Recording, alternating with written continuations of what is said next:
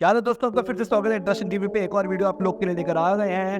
And तक देखते हैं आप हमारी वीडियोस को, दिल से धन्यवाद। दोस्तों आज की वीडियो बहुत स्पेशल है। आज की वीडियो में हम बात करेंगे एडवांस मीडियम कॉम्बैट एयरक्राफ्ट यानी कि अबका के बारे में। भारतीय वायुसेना के पुराने head chief marshal Bhadauria sir almost सभी इंडियन डिफेंस फैंस के फेवरेट एयर चीफ मार्शल हैं, क्योंकि आमतौर पर जब भी वो मीडिया से बात करते हैं ना, तो उनके थॉट्स में इतनी ज़्यादा क्लैरिटी होती है कि आपको सभी चीज़ें काफ़ी आसानी से समझ आ जाती हैं।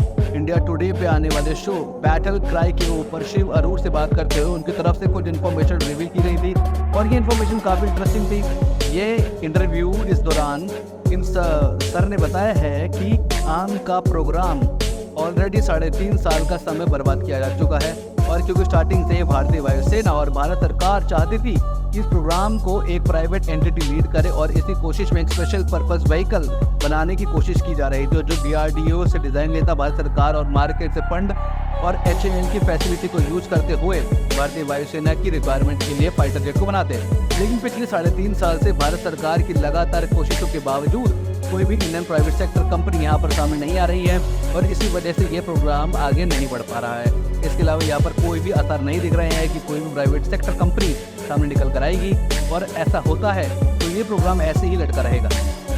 अब यहाँ पे सबसे बड़ा इशू ये है कि हम लोगों को ये बताया गया था कि अगर प्राइवेट सेक्टर कंपनी भारत में डिफेंस इक्विपमेंट बनाएंगी तो इक्विपमेंट काफ़ी तेज़ी से बन सकते हैं और प्रोडक्ट की क्वालिटी भी बेहतर होगी।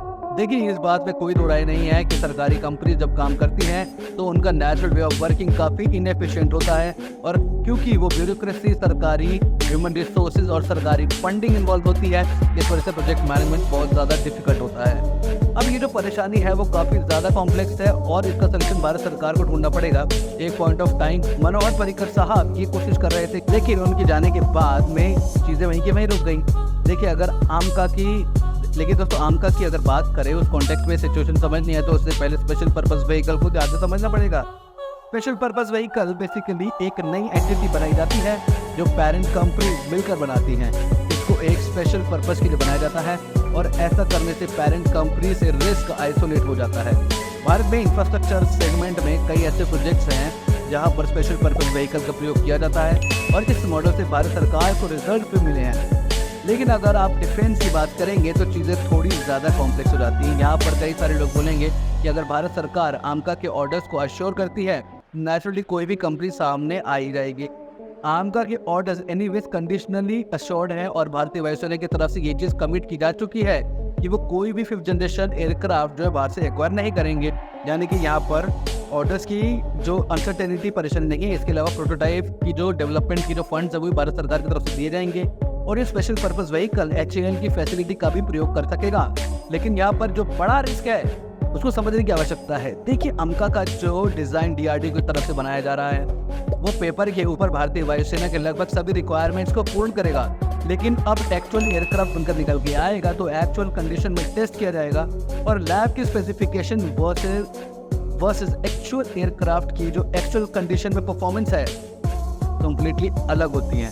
ऐसे में एयरक्राफ्ट भारतीय वायुसेना की सभी रिक्वायरमेंट को पूर्ण नहीं कर पाएगा, तो ये प्राइवेट सेक्टर कंपनी ऐसे प्रोग्राम में अपना इन्वेस्टमेंट कर चुकी होगी जो केवल टेक्नोलॉजी डेमोन्स्ट्रेटर बनकर रह जाएगा।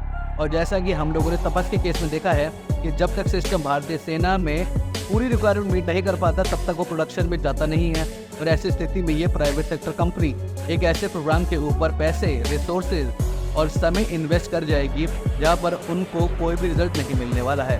देखिए, यहाँ पर टेक्नोलॉजी का एक्सटेंड भी समझना ज़रूरी है। पहले तो 5th जनरेशन फाइटर एयरक्राफ्ट होगा और वो ऐसी टेक्नोलॉजी यूज़ करेगा जो अभी तक भारत में डेवलप नहीं की गई है। उसके बाद Mark II वेरिएंट में एक इंडिजिनस इंजन भी यूज़ किया जाएगा जो एक फॉरेन OEM के साथ में मिलकर डेवलप होगा, और उन सब कॉम्प्लेक्सिटी के साथ में कोई भी प्राइवेट सेक्टर कंपनी इस तरीके के प्रोजेक्ट्स में इन्वॉल्व नहीं होगी।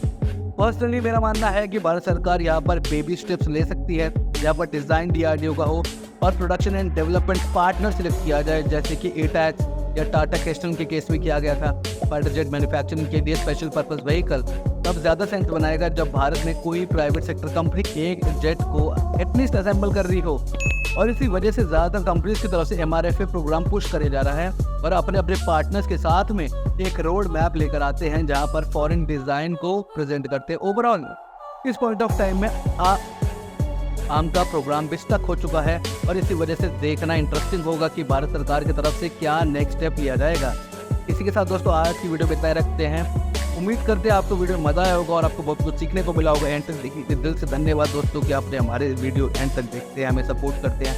अगर आप भी इंडियन आर्मी के फैन है तो कमेंट बॉक्स में जय हिंद जय भारत माता लिख के दोस्तों इस वीडियो को बहुत ज़्यादा शेयर कीजिए अपने सोशल मीडिया हैंडल्स पे, फेसबुक पे, ट्विटर पे, इंस्टाग्राम पे, व्हाट्सएप ग्रुप्स में, ताकि हर कोई इन्फॉर्मेशन समय समय मिलते रहे। दोस्तों बने रहे हमारे चैनल पे, फिर मिलेंगे एक और नई वीडियो में। तब तक के लिए जय हिंद दोस्तों।